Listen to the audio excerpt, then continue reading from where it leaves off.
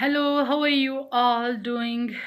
I hope you all are doing good. Thank you so very much for watching my videos. And ऐसे ही आप देखते रहें, like करते रहें एंड कमेंट करते रहें एंड सजेस्ट करते रहें कि मैं आपके लिए क्या कर सकती हूँ। मेरी लाइफ में अगर मैं किसी के लिए कुछ भी कर सकूँ तो जो मुमकिन है मेरी तरफ से तो मुझे बहुत खुशी होगी उसके लिए। तो आज मैं आप सब लोगों के सामने कुछ ऐसे व्यूअर्स हैं जिनके इम्पोर्टेंट लगे मुझे क्वेश्चंस मैं लेके आपको आंसर करूँगी, जो कनाडा जाने में बहुत ज़्यादा इंटरेस्टेड हैं एंड उनके कुछ डाउट्स हैं एंड ये रिपीट हो रहे हैं, तो मुझे लगा कि मैं एक वीडियो बना के आपके साथ इस बात को शेयर करूँ। तो सबसे पहले नाम आता है अनफॉरगेटेबल दीप एंड दीप ने पूछा है कि इन्होंने अभी-अभी सिविल इंजीनियरिंग की है, फ्रेशर हैं एंड कनाडा में जॉब सर्च करना चाहते हैं, जॉब के वीज़े पे कनाडा पे जाना चाहते हैं। तो दीप, आपके लिए मेरा आंसर ये है कि नॉर्थ इंडिया में ऐसे बहुत सारे एजेंट्स हैं जो कि बहुत टाइप के वर्क परमिट जिनके एसोसिएट्स होते हैं या जो बाहर के जो कंपनीज़ हैं वो पैसे लेके एम्प्लॉयज़ को मंगाती हैं ताकि जो उनका खर्चा होता है वो खुद एम्प्लॉय दे दे एंड उनको जो है हेल्प हो जाए एंड परमानेंट 2-4 साल के लिए एक एम्प्लॉय मिल जाए उनको। तो उसके लिए वो करते हैं कोशिश, पर वो व्हाइट कॉलर जॉब्स नहीं होती। सिविल इंजीनियरिंग का मतलब मैं समझती हूँ बहुत ही मुश्किल से सीट्स मिलती हैं एंड सिविल इंजीनियर को काफ़ी इम्पोर्टेंस दी जाती है इंडिया में। वैसे अगर आप देखें तो Dubai is the best place for the civil engineers, it is the hub for the civil engineers. अगर आप अपनी लाइफ में बहुत अच्छा कुछ अचीव करना चाहते हैं तो आप ऐसी जगह पे जाएँ जहाँ पे आपकी डिग्री की वैल्यू हो। पर हाँ, अगर आप कनाडा जाना चाहते हैं, आप फ्रेशर हैं विदाउट एक्सपीरियंस, आपको बिल्कुल भी काम नहीं मिलेगा, क्योंकि European standard and English country जहाँ पे बहुत ज़्यादा ठंड पड़ती है, वहाँ पे जो है कंस्ट्रक्शन का काम या फिर जिस सिविल वर्क का जो काम है उसका एंड इंडिया के जो सिविल वर्क में बहुत ही बड़ा डिफरेंस है। आपको वहाँ पे फर्दर स्टडी करके ही अगर आप जो है काम ढूँढना चाहें तो ये एक प्लस पॉइंट आपके लिए होगा। पर अगर आप किसी छोटी कैटेगरी में अनस्किल्ड, मतलब कि लो स्किल कैटेगरी में आप बी कैटेगरी की स्किल में जाना चाहते हैं, किसी भी जैसे फार्म वर्कर हो गया या वेल्डर या किसी भी तरीके से जो एजेंट भेजते हैं, अगर आप उस कैटेगरी में जाना चाहते हैं, वो आपके एक्सपीरियंस सर्टिफिकेट भी बना देते हैं, सब कुछ बना देते हैं, आपसे पैसे लेके आपको बाहर भेज देते हैं। पर जब आपने इतने लाखों रुपए लगा के आपने इतनी बड़ी स्टडी की है, BTech of civil engineering, it is a good reputed degree. अगर आप इसे एंजॉय करना चाहते हैं सचमुच, तो Dubai is the best place for you. And अगर कनाडा भी जाना है तो आप अपनी जॉब की तरफ जाएँ। मैं आपको अंडर एस्टिमेट नहीं करना चाहती एंड मैं नहीं चाहती कि आप किसी भी तरीके से एंट्री लेके किसी भी कंट्री में आप जाएँ। तो वो भी आपकी चॉइस है, अगर आप जाना चाहते हैं तो that is your own wish that आप जा सकते हैं किसी भी एजेंट की तरफ से। पर विदाउट एक्सपीरियंस आप नहीं जा पाएँगे, एक्सपीरियंस आपको चाहिए होगा। एंड नेक्स्ट क्वेश्चन जो है, JS man got 3 people visa in village, got frightened with the information। तो मैंने एक वीडियो बनाया था जिसमें मैंने आप बहुत सारे चीज़ों के बारे में आपको बताया है, जो फ्रॉड्स होते हैं, किस किस टाइप के फ्रॉड्स किस किस वीज़े में होते हैं। तो वो देखने के बाद ये काफ़ी डर गए हैं जसमान एंड इन्होंने मेरे को कहा है कि आप कहते हो कि मल्टीपल एंट्री वीज़ा नहीं मिलता, हमारी गांव में 3 लोगों को मिला है।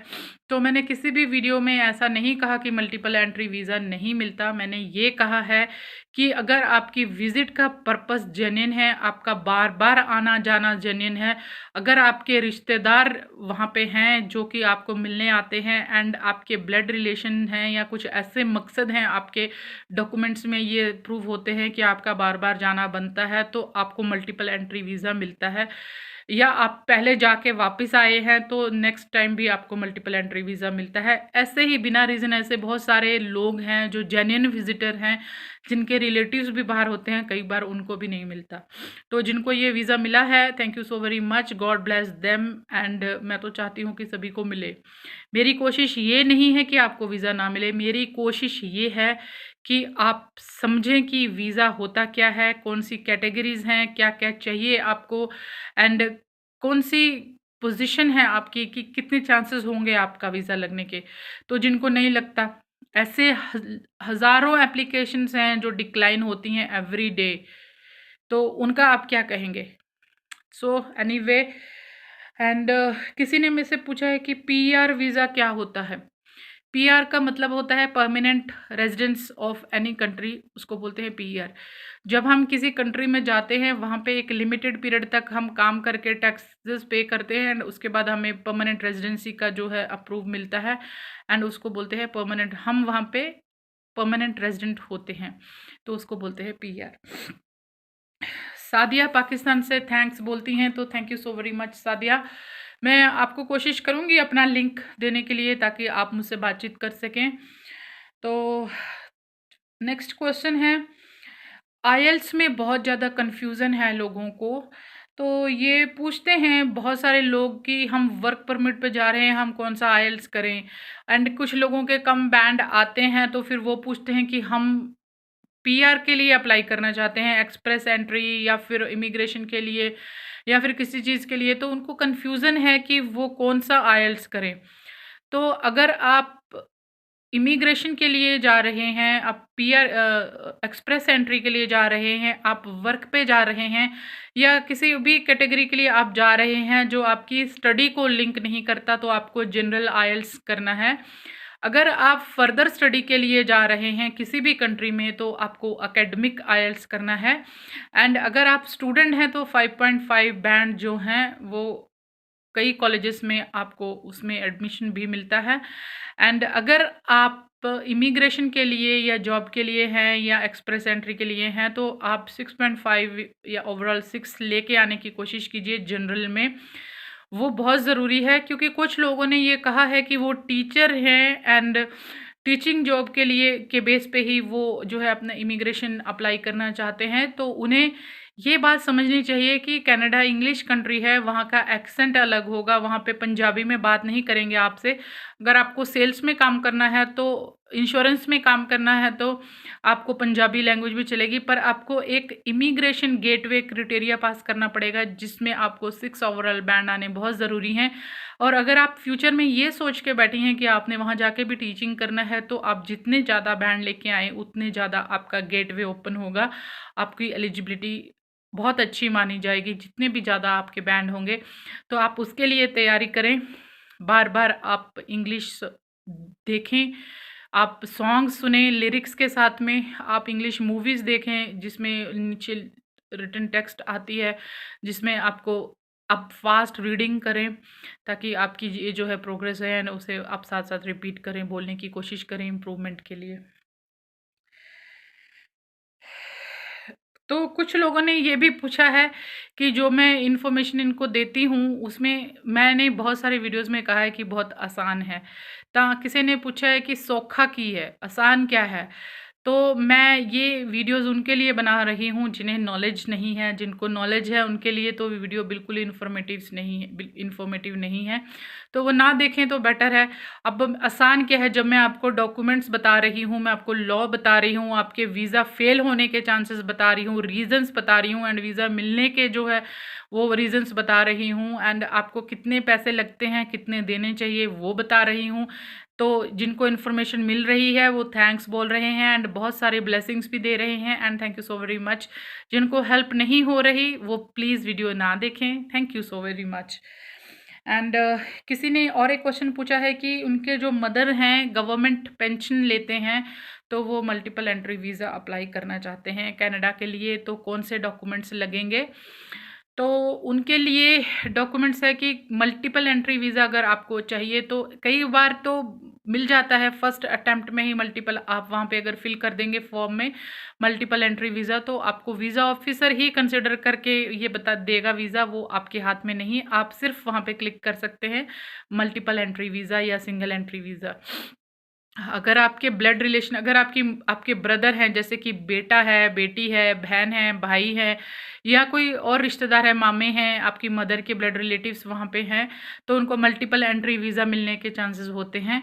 तो अगर पेंशनर हैं तो इनकी जो पेंशन का रिकॉर्ड, एक पेंशन बुक आती है या बैंक रिकॉर्ड जो भी होता है, कार्ड है या क्या है आपके इंडिया का सिस्टम, तो वो एक साथ में लगेगा। प्लस इंडिया में ये पेंशनर हैं तो किसके साथ रहती हैं उनका रिकॉर्ड साथ में लगेगा कि इस घर में अगर तो उनका घर है तो वो एक डॉक्यूमेंट्री प्रूफ चाहिए कि घर इनके नाम पे है, बैंक अकाउंट इनके नाम पे है, फिक्स डिपॉजिट इनके नाम पे है, बैंक में इतने पैसे इनके नाम पे है, प्लस इनको एवरी मंथ इनकी पेंशन मिलती है।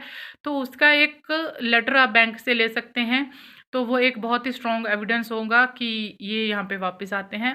एंड उनका अगर एज 60 ईयर से ऊपर है तो उनका एक हेल्थ इंश्योरेंस भी, ट्रैवल हेल्थ इंश्योरेंस जो आता है वो भी आप ले लें तो ज़्यादा बेटर होता है, क्योंकि वीज़ा मिलने के चांस ज़्यादा होते हैं। एंड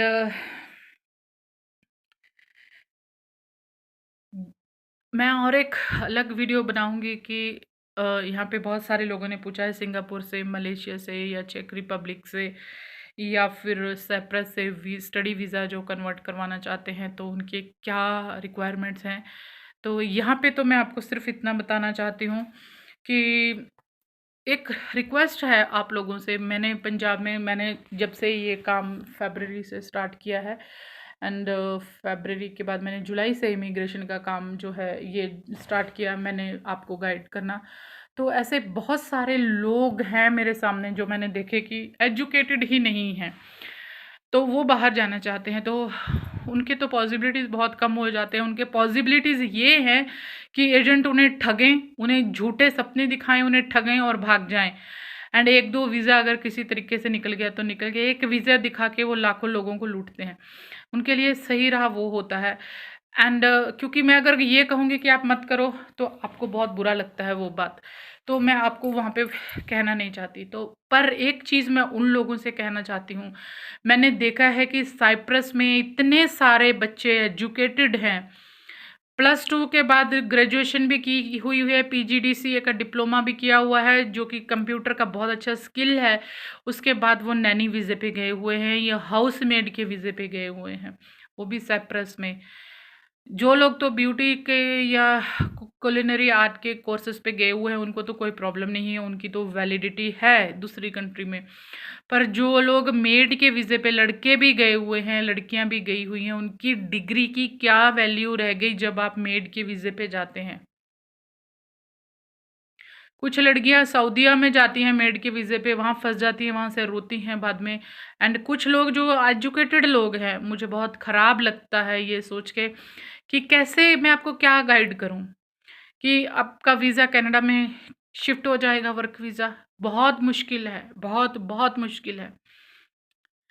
कुछ लोगों के जो डायरेक्ट हाउस सर्वेंट सप्लाई करते हैं एजेंसियां जो हैं वो आपको, पर वो भी आजकल चाइनीज़ लोग, जो आप पंजाबी हैं, आप गुजराती हैं, या आप जो हैं, जो अगर कोई गुजराती, पंजाबी, कोई रीजनल लैंग्वेज वाला आपको मलयाली या तेलुगु अगर कोई स्पेशल कैटेगरी में मंगाना चाहता है तो आपको वीज़ा मिल सकता है। अदरवाइज़ कैसे आपको वीज़ा मिलेगा एज ए मेड का, वो भी कनाडा जाने के लिए? It is very very difficult. तो आप अपने इतनी सारी background, 10th 12th graduation and post graduation diploma computer का लेके छोटे छोटे कोर्सेज के लिए साइप्रस बिल्कुल मत जाइए। अगर आप किसी भी तरीके से साइप्रस में हैं तो आप किसी और कंट्री में मूव हो जाइए, या फिर आप मैरिज करके सेटल हो सकते हैं। अदरवाइज आप सेटल नहीं हो सकते यूरोप में।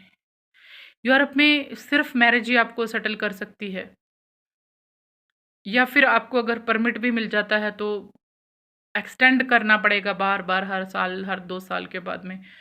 तो सबसे बेस्ट ऑप्शन है मैरिज। मैरिज करने के बाद बहुत 5-6 मंथ में आपको डॉक्यूमेंट्स मिल जाते हैं, जो 2 साल का वीज़ा मिलता है पोस्ट मैरिज का।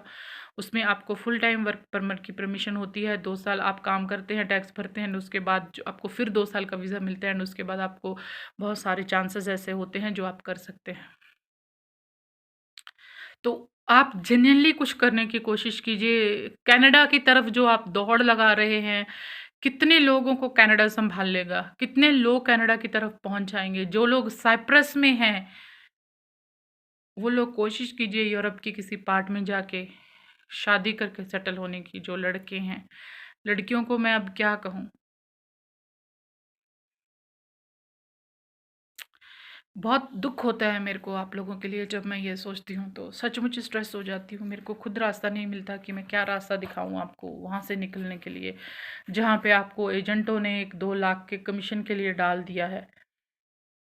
आपके पैसे भी नहीं बन रहे, आप भी स्ट्रेस्ड हैं। क्या I don't know what to say here. Thank you so very much for watching my video. I'll make another video for Cyprus and for other few things. Thank you so very much.